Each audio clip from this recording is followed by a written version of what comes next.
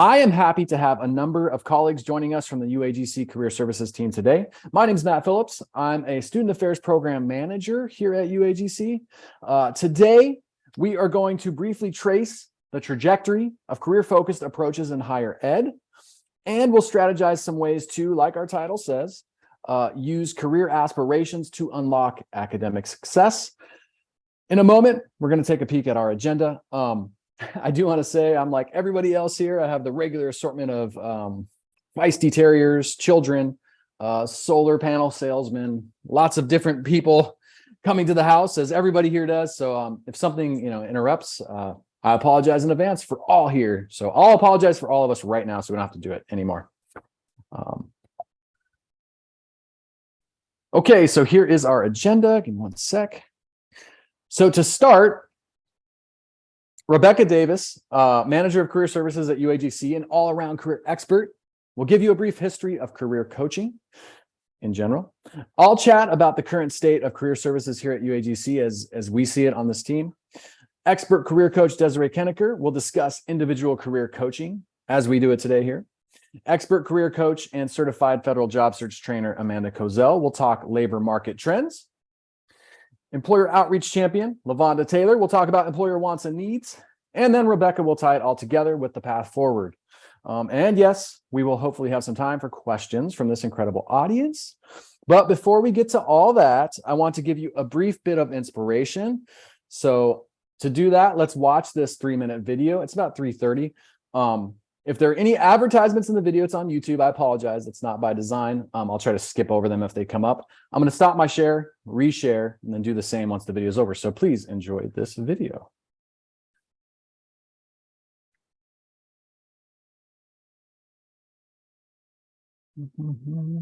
One second. There. Okay, let's go. How do I know? A lot of people, when they think of the phrase, how do I know, they always want to put the what behind it. How do I know what I'm supposed to do? The question that you really should ask is, how do I know why I'm here? Because when you know your why, your what becomes more clear and more impactful. If you know, like for instance, people know that I do comedy, but that's what I do. My why is to inspire people to walk in purpose. So I can do comedy, I can write books, I can be in a movie, because all of it is motivated by my why. In fact, I have a new web series out called Michael Jr. Break Time. We probably just did the 6th episode. It's on YouTube. So every single Wednesday at 3 o'clock, we drop a new episode on YouTube of Michael Jr. Break Time. What it is it's me. I travel around the country and I do stand-up comedy, in case you didn't know. And in the middle of my comedy set sometime, I'll stop and just talk to my audience. And we've been filming this, and it's pretty cool. So we're in Winston-Salem. I'm gonna show you a clip from Winston-Salem. And I'm just talking to this guy in the audience, and he tells me that he's a musical instructor at a school. So I was like, all right, you're a musical instructor, can you sing? Let me hear you sing a song. So this is what happened at the last episode of Michael Jr.'s Break Time. Check it. So you're a musical director. Cool. Yes, sir. All right, so let me get a couple bars of like Amazing Grace. Can you do the first part of that? Go ahead. Amazing grace, how sweet the sound that saved a wretch like me. Wow. That bro could sing, you know what I'm saying? All right.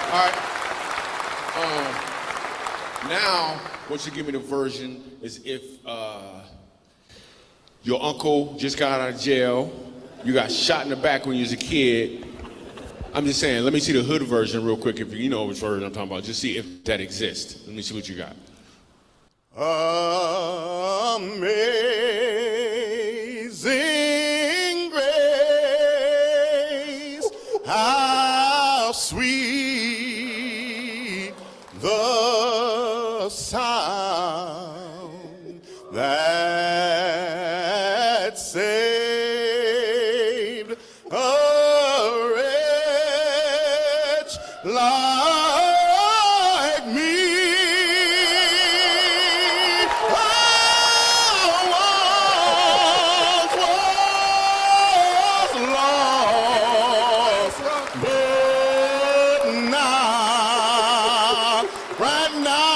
son was blind, but now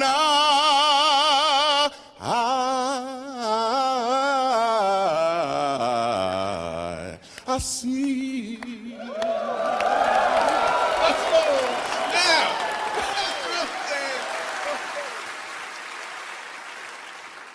Okay. Here's what I want you to catch. The first time I asked him to sing, he knew what he was doing. The second time, he knew why he was doing it. When you know your why, your what becomes more impactful because you're walking towards or in your purpose.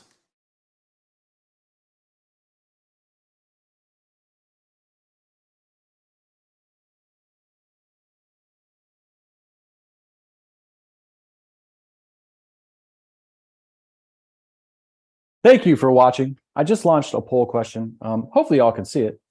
It looks like some people are answering, so I really appreciate it. I am going to take just a moment to reshare my screen so we can get back to the slides. I hope that video was impactful. I should divulge here that I first saw that video at No Excuses University Leadership Academy run by Damon Lopez, who's an educator in K through 12. So I want to throw that out there for you all. Very interesting stuff. Yeah, think about your why. Looks like we have some answers coming in, which is really awesome. So keep thinking about that as we move forward. Yeah, keep that question in mind. So what is the why behind your student motivations, your students' motivations? Are you engaging that why? So are you engaging the why, or are you simply giving students the daily what that exists in college? It's an important question. Keep that in mind. Let's jump to Rebecca Davis. Rebecca, can you talk us through the history of career coaching, please, in a brief manner? Yes, Matt, I will try to keep it brief, and I'm doing a hard pivot from that amazing video to history lesson, but I think it's important to understand where we come from. So in the 1900s, oh, I lost my notes. In the 1900s, we saw the, sorry, I'm having a little bit of technical difficulties. Bear with me for one sec. There we go. In the 1900s, we saw the emergence of vocation bureaus to help new immigrants find work. And at this time, faculty really served as the career mentors for students. The 1920s to the 1940s was the age of industrialization and post-World War I. And here we saw an influx of students graduating from college, especially those using GI Bills and teachers. And here a need emerged for vocational guidance for these professions. 1940s to the 1970s was the age of job placement as returning service members were using their GI Bills at universities across the country. The 1970s to the 1980s ushered in a new era of career development as we moved away from placements as the responsibility of the job search, and that responsibility was then moved to the individual job seeker.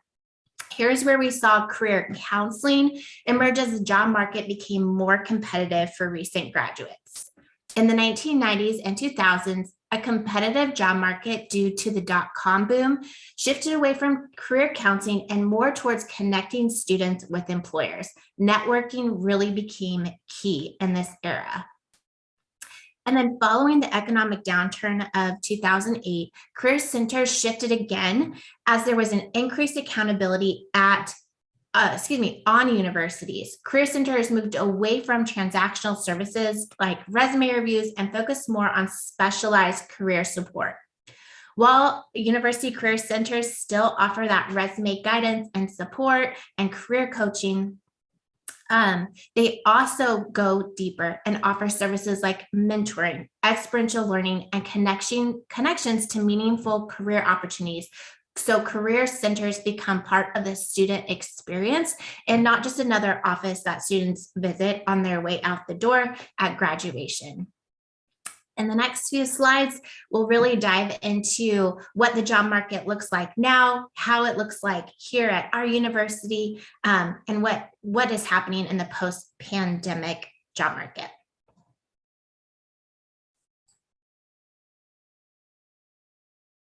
Thanks for that, Rebecca. Really appreciate it. I know we went through it in brief, but super informative.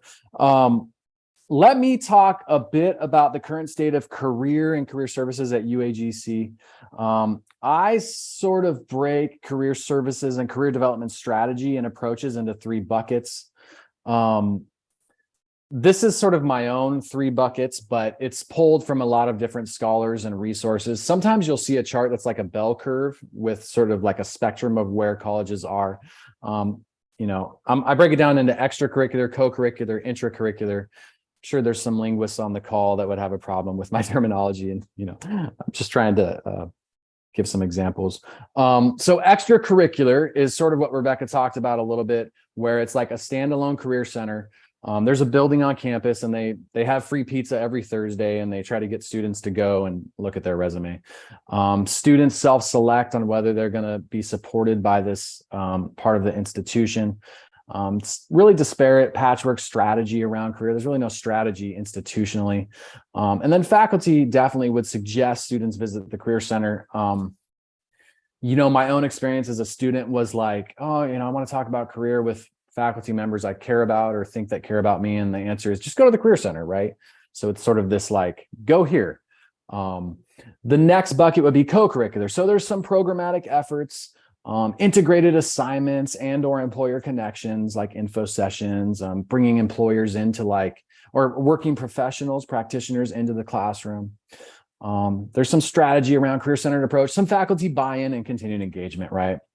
And then the intracurricular approach, I argue, would be student career goals are at the center of the curriculum development, right? Dedicated career personnel and programmatic offerings within the disciplines and specific programs. Verified, built up, managed employer relationships and, service learning, experiential learning built into the program and programs across the disciplines and also in the general ed curriculum. I'm going to launch another poll question really quick. Give me a second while I do that because I can't talk and do that at the same time, clearly. But here we go. There's a poll question. Would love for you to answer if you want. So where are we at UAGC? That's the question here. So you can see my red outline box behind the first 2. I would say we hover between extra and co-curricular, sort of depending on, the program, the department, the faculty. Some programs like health information management and masters in public health are more in the intracurricular box, right? Because they don't really need a career center to take this approach. A practicum and experiential learning, they're built into the approach of the program. They're part of that programmatic offering. Students have to complete them. So again, I ask in your classes, program or department, based on this and the questions that you just answered, are you leveraging the student why, right? The why? Or are you simply giving students the what? The what to me is like, hey, you need access to the library so you can complete this essay. That's a what. It's not a why, right? So I would say keep that in mind. We're going to jump to the next slide really quick here. Desiree, can you take us through a career coaching perspective based on how we're doing it now? Yes, thanks, Matt. So career advising and counseling really focuses more on transactional and directive processes to aid students with their career development. And this can include things like assessments, employment statistics, job market and industry trends, and salary information. And while we offer all of that to support our students, here at Career Services at UAGC, we take a strong coaching-centered approach to the work that we do. And some key differences with coaching are that we ask probing questions and take an exploratory approach with our students rather than a directive one. The International Coaching Federation defines the industry by stating that coaches honor the client as the expert in his or her life and work and believe every client is creative, resourceful, and whole. And with coaching, we hope to empower students to take control of their career development while providing them with tailored support and guidance. One analogy we like to use is that of the driver and the GPS. In this analogy, the student is the driver, and we in Career Services are the GPS. The driver tells the GPS what the destination is, and the GPS provides various routes to reach the destination and gives alerts for things to look out for along the journey. But ultimately, reaching the destination is up to the driver. One driver might want to have a variety of experiences and stop at different places along the way, while another might want to get there as quickly as possible and choose the shortest path. It's the same with our students. They all have a unique set of experiences and goals, and we want to support them in uncovering the path that works best for them.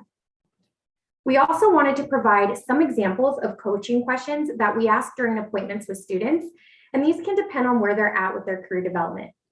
For a student who is trying to decide what career they want to pursue, or perhaps is considering a major change, we can ask something like, what goal did you have that made you pursue your degree of study? Or if a student is having a tough time making a decision to help them move forward, we can ask something like, considering your values and motivations, what is the most important thing to you in this decision? Or maybe they're debating between two distinct career goals. We can ask, how committed are you to this path versus the other path? Sometimes we work with career changers who just want to explore other industries, in which case we can ask them, what aspects of your career do you enjoy? And what do you wish you could stop entirely? Or what we refer to as the magic questions. If you knew you couldn't fail, what would be your dream career? What would you wake up and do every day? Here in Career Services at UAGC, we truly believe that our students are the ones who ultimately know best about where they are and where they're going. And it's just up to us to provide them with the support and guidance that best suits their individual needs. Thanks, Desiree. I really appreciate it. We really appreciate it. Love the magic questions and some of that insight. I think I'd like to jump to Amanda Kozel. Amanda, will you take us through some market trends that you're seeing, that you've seen on the market? We'd appreciate it. Yeah, absolutely. Thank you so much, Matt. So I'm just going to provide a brief overview of today's labor market. So overall, the market has been very hot in 2022, and companies have been fiercely competing for top talent. As you may know, the world of work has changed a lot over these past couple of years due to the COVID-19 pandemic and the impact that it has had on jobs across the globe. So one of the biggest impacts that COVID had on the workforce was that it caused people to reevaluate their career goals and their work-life preferences. And this reevaluation of work led to what experts have coined the Great Reshuffle. So the Great Reshuffle refers to the mass amount of people in the workforce that resigned from their job to find a new job that either they had more freedom, they made more money, or just overall enjoyed their work more. And LinkedIn data reveals that the Great Reshuffle has impacted all industries across small, mid-sized, and large organizations. In addition to the Great Reshuffle, there were several factors that could have impacted the labor market this year. So just some of these factors include the US economy shrinking, inflation increasing, and unrest growing overseas. But according to the Bureau of Labor Statistics, the labor market has not been impacted despite all of these changes and factors. And additionally, according to the Department of Labor, employers announced the lowest year-to-date number of layoffs this year since 1993. So even though the labor market is hot, it is important to note that it does not change the foundational elements of looking for work. So job seekers still need to put their best foot forward and apply effective job search strategies when looking for a job. So Handshake is the leading career management system for higher education institutions, and we started using this platform earlier this year. They recently conducted a Handshake Network Trends survey for the class of 2023, and here are just some of the highlights from this survey. And I would just like to note that it's important to keep in mind that this data is for traditional brick and mortar students. So based on this survey, the class of 2023 is anxious about the current economy, but they do feel optimistic about their long-term career future. 81% believe they can find a well-paying job. 82% believe they can find a personally fulfilling job. And 86% believe that they can find a job in the field that they are interested in. Additionally, these graduates are looking at more diverse roles outside of their industry of interest, and they are applying to more jobs sooner when compared to other graduating classes. Also, the class of 2023 prefers hybrid work. So most seniors feel prepared to work remotely, and they really want that flexibility of remote work as an option. And then a somewhat surprising statistic is that 2/3 of the class said that they would be willing to relocate for the right job. So one of the last key takeaways from this handshake survey was the top factors that students are considering when searching for a job. So the number one factor was a high starting salary, followed by job stability, overall company benefits, working for a well-known company, a fast-growing field, and then lastly, alumni or friends who work at the company. So as you know, our students here at UAGC are more non-traditional, and their views of the job market and job outcomes look a little bit different from traditional students. Non-traditional student data is difficult to find because it is often not tracked due to legal and compliance issues. But Western Governors University is leading the charge on gathering employment data for non-traditional students. WGU is a nonprofit online university, and they have a similar student population as UAGC. And they recently partnered with Gallup to conduct an economic impact survey. So some of the key data that they reported out from the survey includes WGU graduates earning their bachelor's degree will earn on average $826,000 more in their lifetimes than they would have without going to WGU. 77% of WGU alumni are thriving in their lives, and 44% are engaged in their jobs. So while this data comes from a different university, it is still beneficial to understand since they have a similar non-traditional student population as us. And what we do know about our students here at UAGC is that they are looking for a variety of outcomes by pursuing a degree with us. So in general, most of our students are looking for steady, well-paid work, making a career change from blue collar or service industry to white collar work, uplifting themselves and their families from low wealth environments, making a career advancement with their current employer, and then transitioning from the military to civilian employment. Thanks, Amanda. Really appreciate it. Interesting to see the contrast between brick and mortar universities and Western Governors data that's available. And I appreciate you outlining why most of our students come. That to me is obviously the why, and it's really important based on the polling questions in this presentation in general. Let's flip it a little bit and jump to the employer's perspective, right? So LaVonda Taylor is going to walk us through the employer perspective on our students, maybe students in general. What do they think about students and where do they see gaps? LaVonda, take it away. Thank you, Matt. So top candidate attributes as indicated by NACE's Job Outlook 2020 survey shows that nearly 86% of employers will be seeking specific evidence of skills on the resumes of students they are recruiting.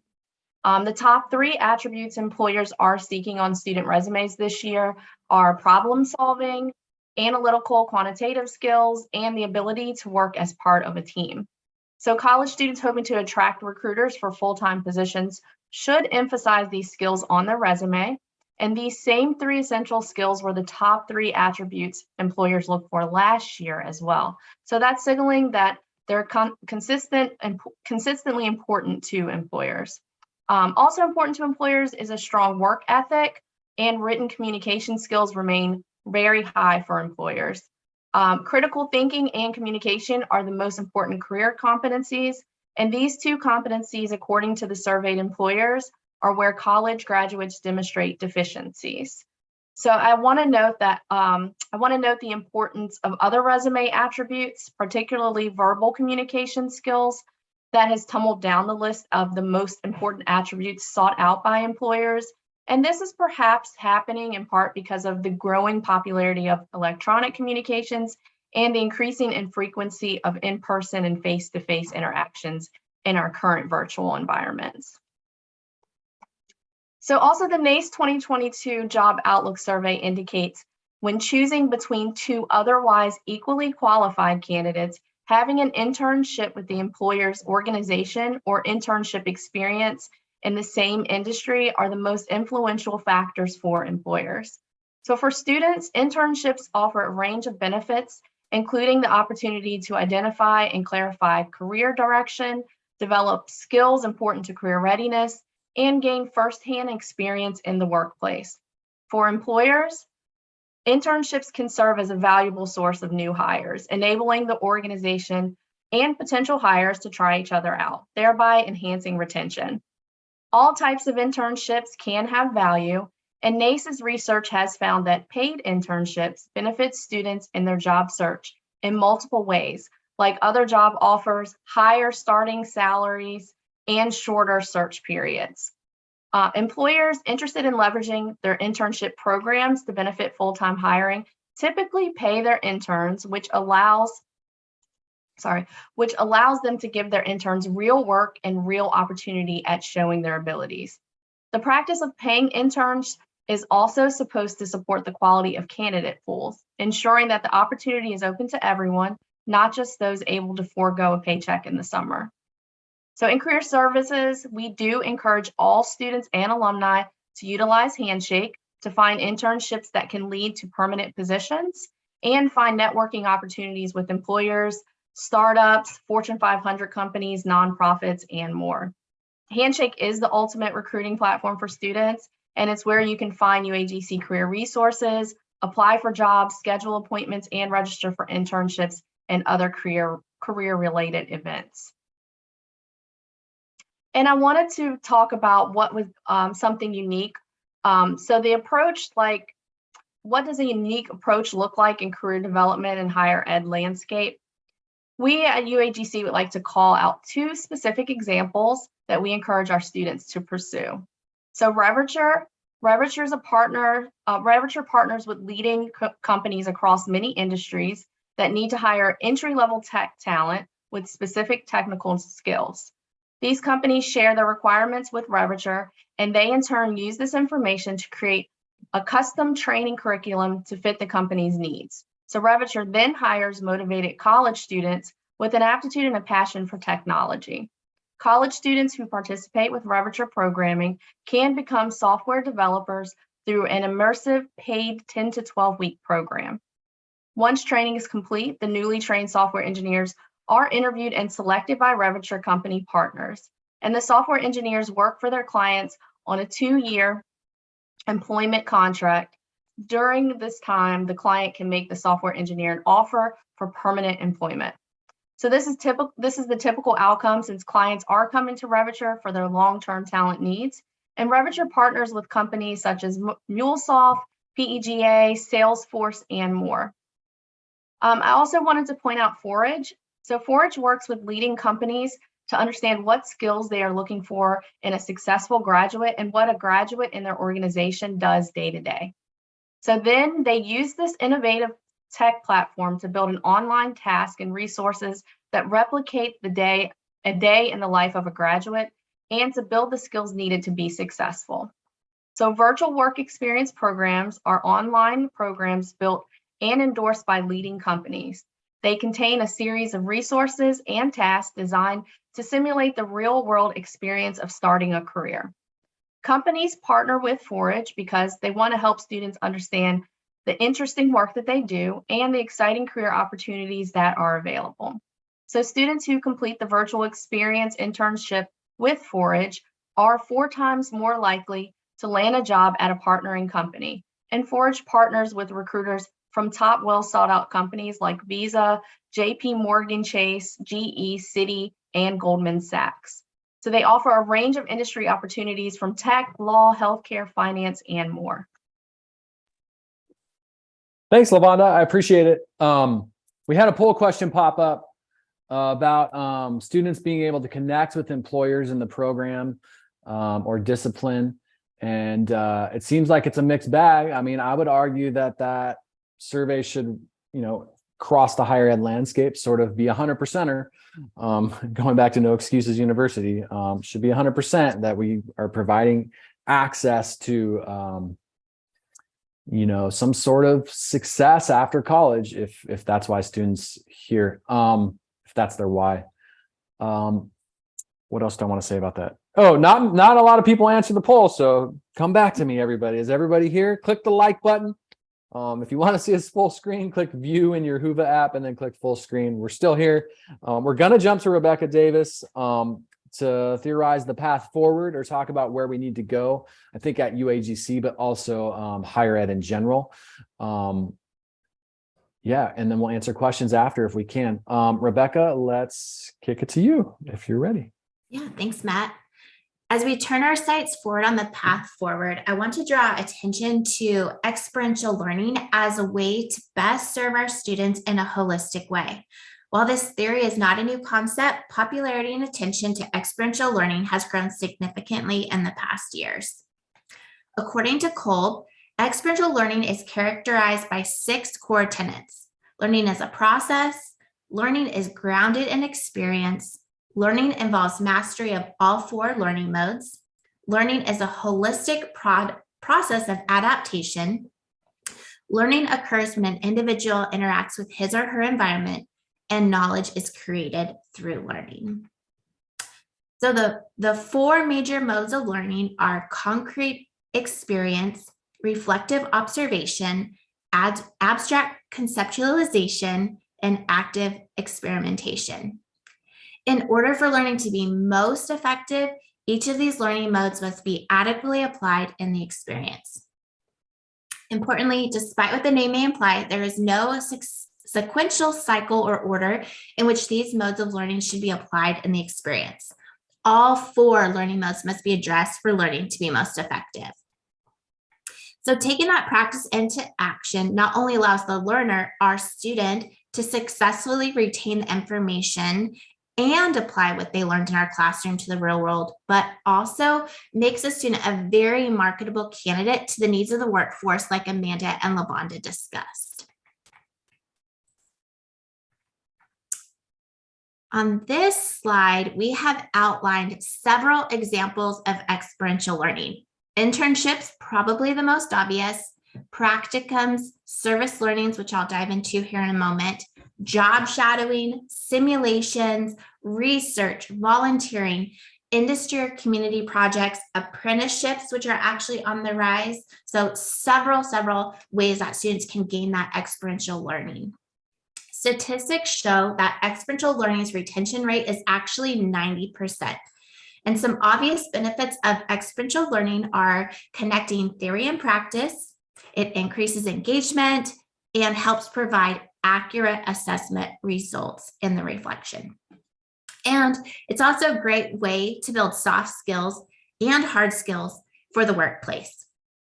A high percentage of our students at UAGC identify as career changers.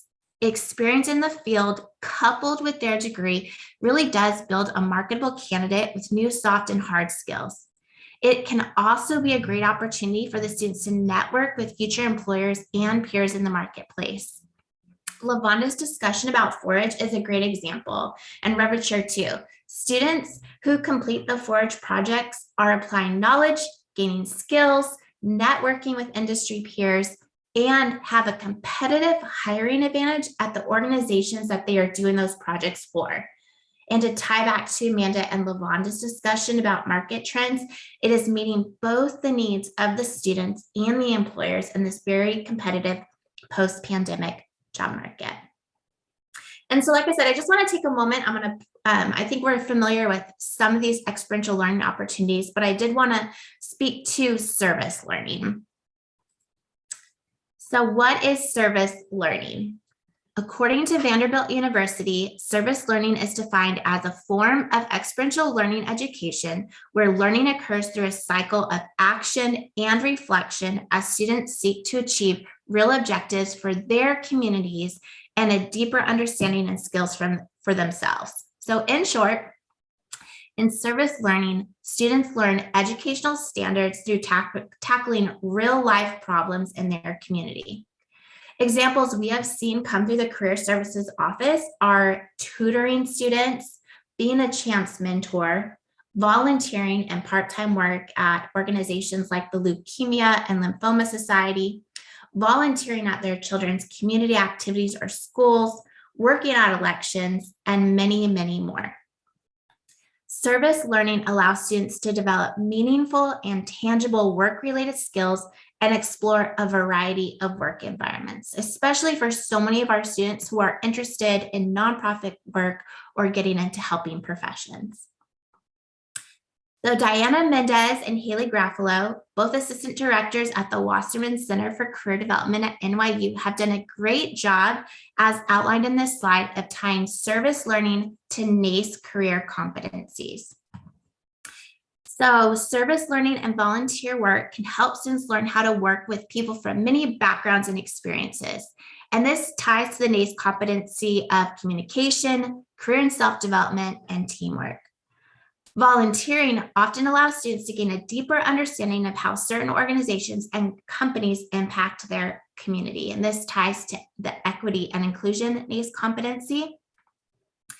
And service learning allows students to grow as leaders and to be put into a variety of situations that enhance analytical thinking. And obviously this ties to critical thinking and leadership. So these are great examples and opportunities outside the classroom to build teamwork, critical thinking and leadership, communication skills, equity and inclusion skills, and many more. And Lavonda really dove into the importance of paid internships, and that is what we as a university should continue to promote. And part of our job is also helping students identify previous work they have done in their community, which is so often the case, and helping them identify the importance that plays in their job search. So many of our students, like I mentioned, are interested in helping professions. And so their experience serving in their community is helping them to network, build skills, teamwork, communication, and many more. So to tie it all together, what can we do in the immediate future? As an institution, we can encourage our students to gain experience now and help provide pathways for experiential learning opportunities. The highest population of students we see at the Career Services Office are freshmen and seniors. And so there is a huge gap in the sophomore and junior years, which is really the key years students should be gaining experience by taking part in some of these experiential learning opportunities we outlined today.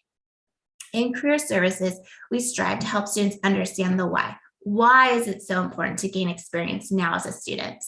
Students can include the experience on their resume, network locally, speak to their skills they learned in interviews, and so much more.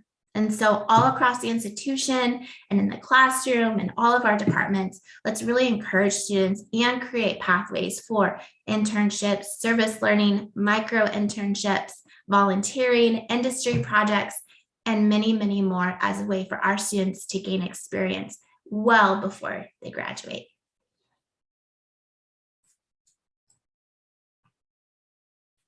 Thanks, Rebecca. I really appreciate it.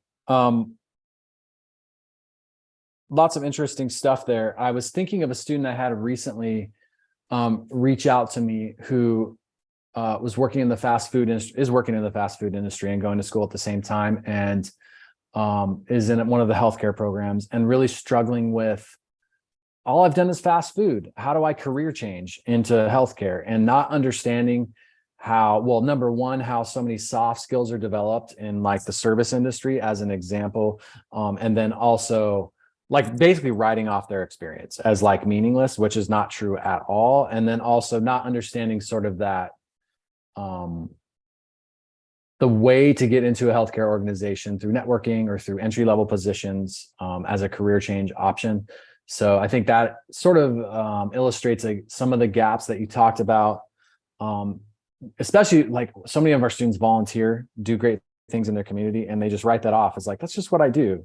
It's not employment centered when in fact it is. So I appreciate that.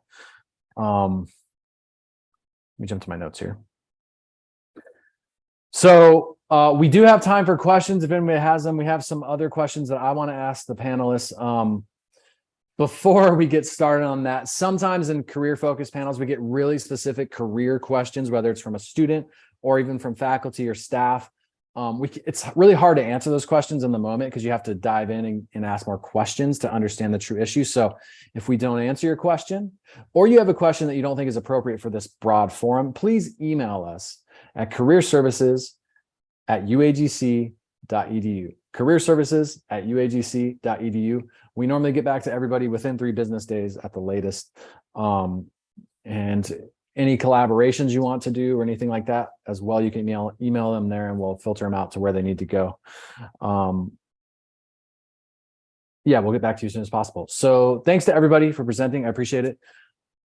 Let me start. I'm just going to look in the chat really quick and see if there's any questions. I'm going to ask a question really quick for Rebecca. So you outline a path forward, but I'm curious, what are the barriers to experiential learning initiatives either here at UAGC or more broadly in higher education?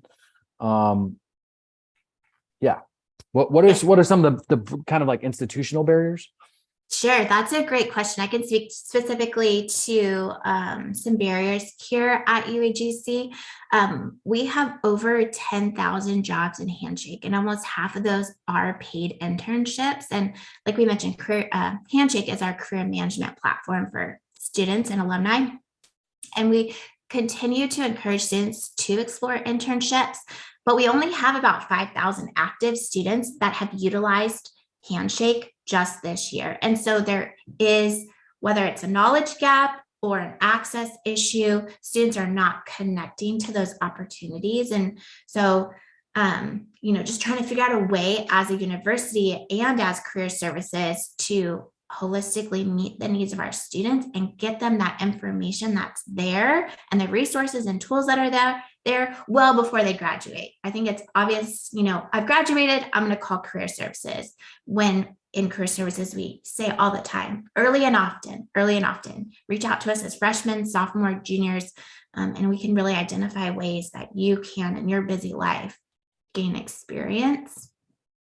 If that helps answer that question. Yeah, it does. So, I mean, it's an issue of, I think, communication and technology and where things live and who knows about them and who tells the students about them. So, yeah, I mean, I think it's a challenge everywhere. I think it's interesting when you think about the why and the what. So, like, I think students are more engaged with their why sort of when they first come. That's my sense when I speak with students is like, yeah, I'm here. I want to improve my life. That's why I'm here. But then you get into that second and third year, and then you're just kind of focused on the what. Like, what do I have to do, man, to like pass this class? What do I have to do, man, to like get the Pell Grant, get the financial aid? Like, now I'm in a situation where I need it. And then once they come out of that in the senior year, they start to maybe think a little bit more about the why. It sort of merges better. But I mean, if we can inject that why in the years 2 and 3, and just have them focus on that. I mean, that would be, just as a career services professional myself, that is like the ideal. And part of the challenge is the longevity of the degree program, I think, the degree programs, which, so something to think about.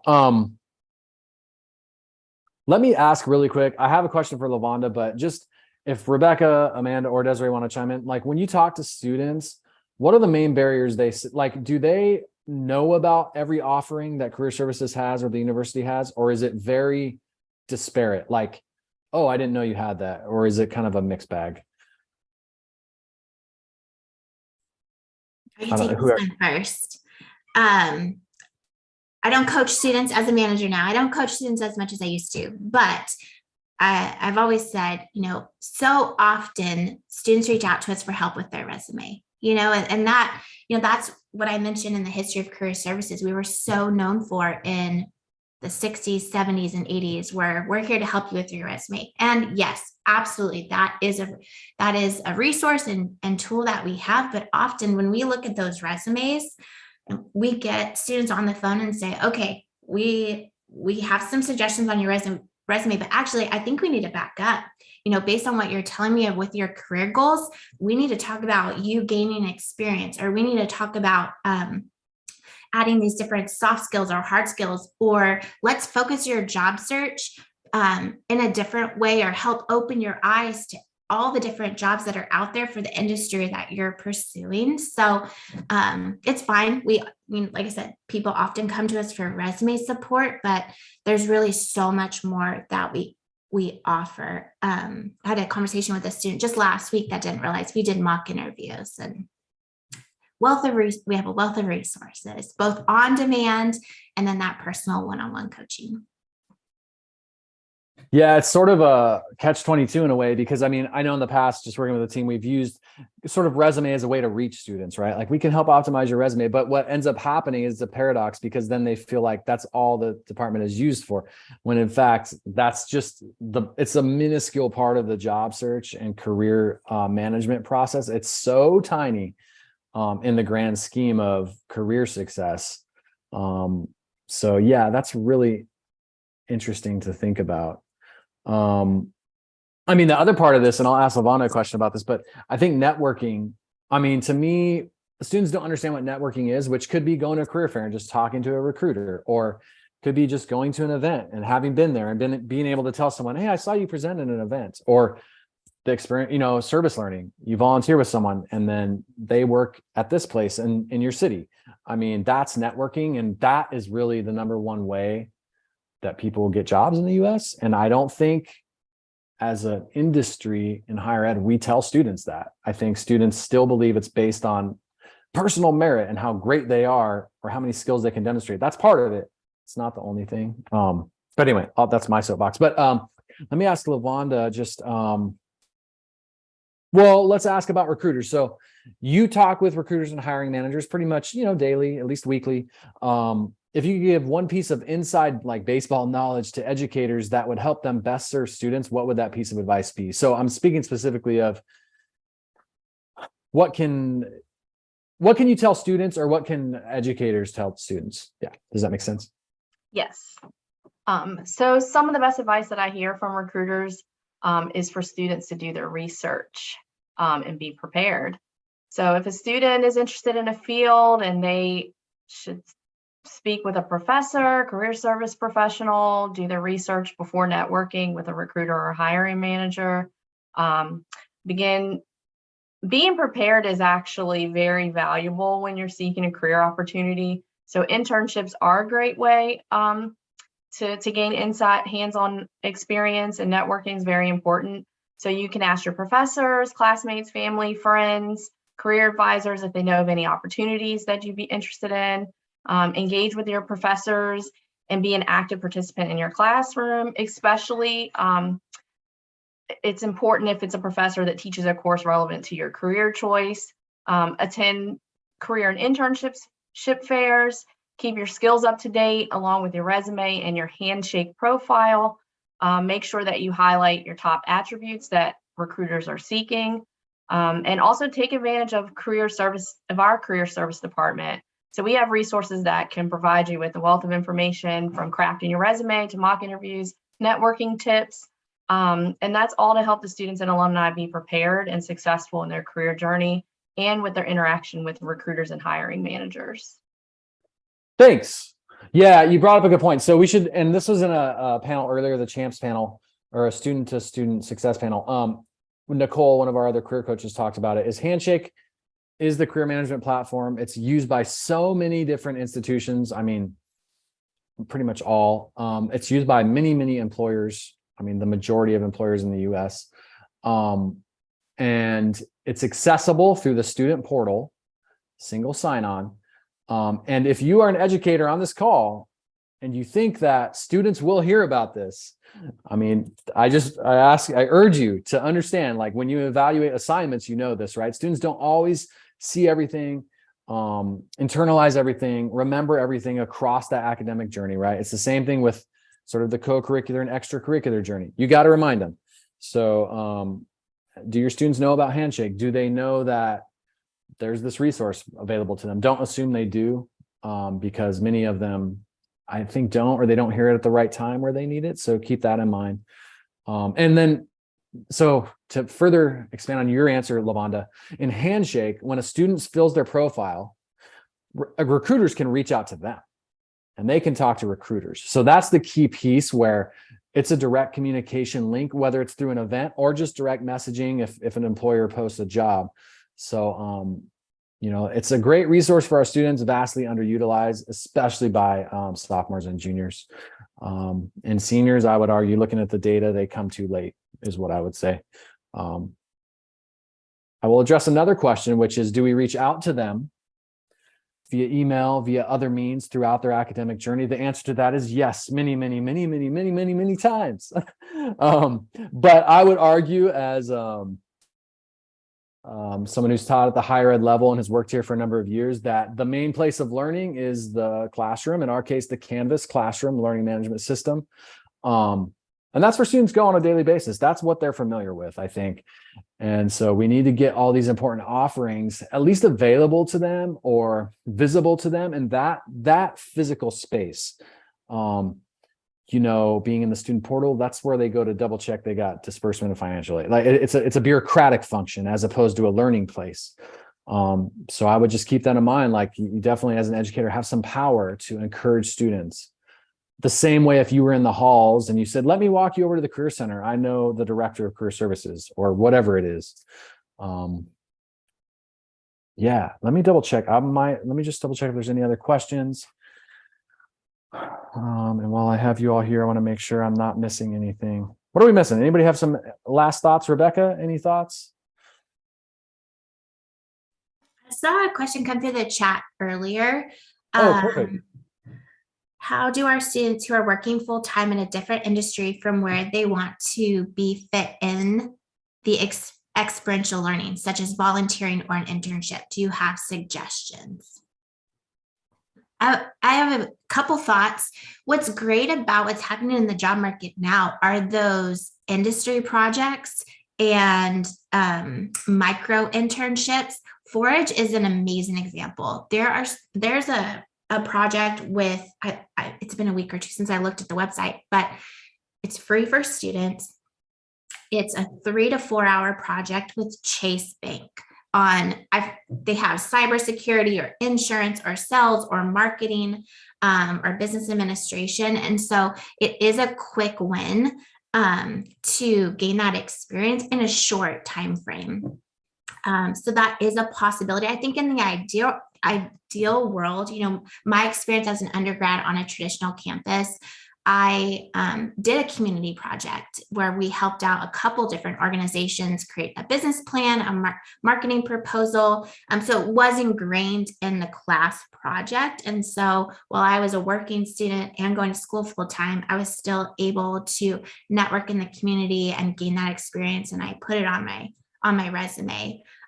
So there are several different ways out there, and two, you know, ideally paid internships are the way to go. But what we really try and do is help students uncover that the experience that you have in volunteering can also be added to your resume, whether it's paid or unpaid. It's still experience, it's still marketable experience, and it should be on your resume, and you should talk about it in interviews, and you should uncover the skills that you utilize when volunteering at your kid's school or helping out at a community center.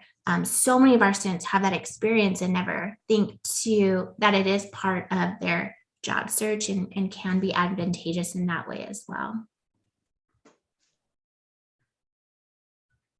Desiree, I saw you were going to come off mute for a sec. Did you have some thoughts, or did Rebecca cover it? Rebecca covered a lot of it, but I work with students in the College of Arts and Sciences, and typically they are interested in the helping professions. And so similar to what Rebecca said, for those careers and those type of students, the volunteer experiences can be very, very powerful. And, you know, students who want to be in the helping professions, typically there is, you know, passion behind that. And so some of these are passion projects. Students would be doing this volunteer work regardless of, you know, whether or not it was something they could be putting on their resume. So just kind of expanding what, you know, this in-field experience looks like, and really seeing the value in the volunteer experience, because a lot of these students are already doing this work just because they're so dedicated to it.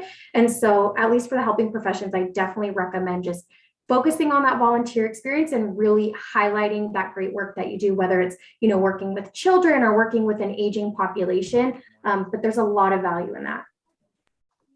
Yeah, I appreciate it. Thank you for saying that. And I mean, for myself, I mean, before I had a couple jobs, I had a number of volunteer experiences that were sustained, but they were on my employment experience section, my experience section of my resume, because I mean, I was doing the work, and also they're not going to check that you got a paycheck. I mean, that's not part of the deal. So that's really, I think, yeah, to not write off that experience, that's really great. I also think the micro internship part of it, especially for flexibility in the online environment. I mean, a 4-hour project with Chase Bank is something that, you know, a working mom who works at Target full time and has 2 kids, like she might be able to handle, she might be able to do that. Not always, but like that's more accessible than, you know, an 8-week go into the office twice a week thing, like shifting work schedules and stuff. That's not going to work. So I think there are tons of options for that. And I don't see enough of it. And the thing is, on Handshake, they do exist, and on Forge, they exist. So we got to get students to go there. We got to tell students about it. I don't want to go. Oh, go ahead. Sorry. Oh, sorry. Just to expand on that, and Reviture, like Lavonda talked about. I mean, if students are interested in making that career change while they are a student, there are opportunities for that. You know, companies, I mean, there's such a battle for talent now that companies are not waiting until students graduate to hire them. And those opportunities are in Handshake. Yeah, for sure. Thanks so much. I want to end early so we don't go over. The recording is a good amount. Look, if you're still in this thing here and you're in the Hoove app, click the like at the bottom. I don't know why. I just feel like having more hearts would be good. Reach out to us at careerservices@uagc.edu. If you've stayed this whole time, I really appreciate it. Please think about your students' why. If the why is career, how are you engaging that why? And continue to think about that and do what you can for it. Thanks to all the panelists. I really appreciate you.